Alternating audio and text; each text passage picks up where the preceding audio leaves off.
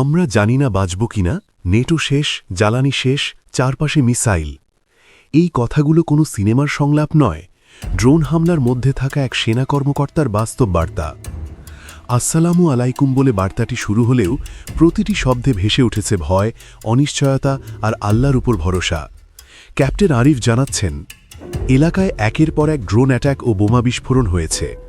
এখন পর্যন্ত ৪-৫ জন নিহত, একজনের পরিচয় শনাক্ত করা যায়নি।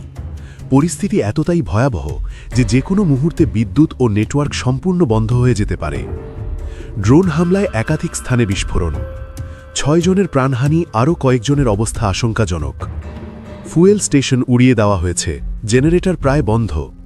সামান্য জ্বালানি শেষ হলেই যোগাযোগ বিচ্ছিন্ন। চারপাশে মিসাইল সতর্কতা, সবাই অ্যালার্টে। ক্যাপ্টেন আরিফ বলেন, আমাদের কাছে এখন আর কিছু নেই, না ফুয়েল, না বিদ্যুৎ, না নিশ্চিত নিরাপত্তা। জেনারেটরে যা আছে সেটুকু শেষ হলেই সব শেষ। তিনি জানান, ক্যাম্পে তিনি অবস্থান করছেন, কিন্তু নেটওয়ার্ক আর কতক্ষণ থাকবে কেউ জানে না। বার্তার শেষ অংশে কণ্ঠ আরও ভারী হয়ে আসে। আমি ভালো আছি কিনা কি বলবো, বাকিটুকু আল্লাহর ইচ্ছা। আমাদের জন্য সবাই দোয়া করবেন। এই মুহূর্তে তাদের একমাত্র আশ্রয় আল্লাহর ভরসা।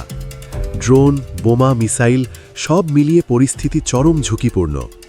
বিদ্যুৎ যোগাযোগ বিচ্ছিন্ন হওয়ার আগ মুহূর্তে পাঠানো এই বার্তা আমাদের মনে করিয়ে দেয়, সংঘাতের মাঠে প্রতিটি মিনিট কতটা অনিশ্চিত। দোয়া আর মানবিক সহায়তাই এখন সবচেয়ে বড় শক্তি।